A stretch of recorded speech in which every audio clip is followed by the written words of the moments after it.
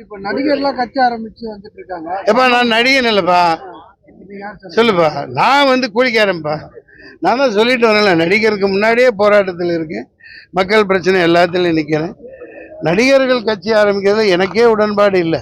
ஏன்னா என்னன்னா நடிகனா நினைக்கல, அதுக்காக விஜய் ஆரம்பிக்க வேணாம்லாம் சொல்லலை.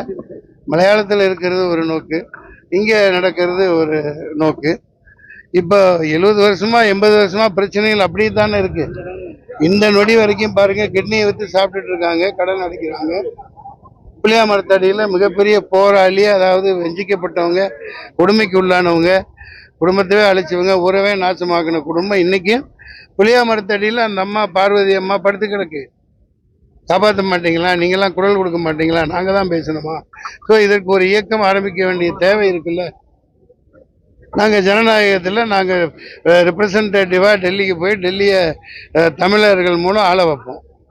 அது பெரியார் கொள்கைகளை சத்தியமாக நிச்சயமாக அண்ணாயிசம்னு கண்டுபிடிச்சது ஒரே எம்ஜிஆர் பாராட்டுறேன்.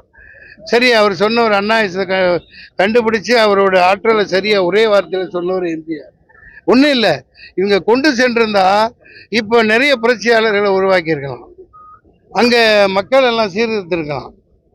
அதை நான் அந்த ஆதங்கத்தை நான் சொல்றேன். செய்திகளை உடனுக்குடன் தெரிந்து கொள்ள உடனே சப்ஸ்கிரைப் பண்ணுங்க.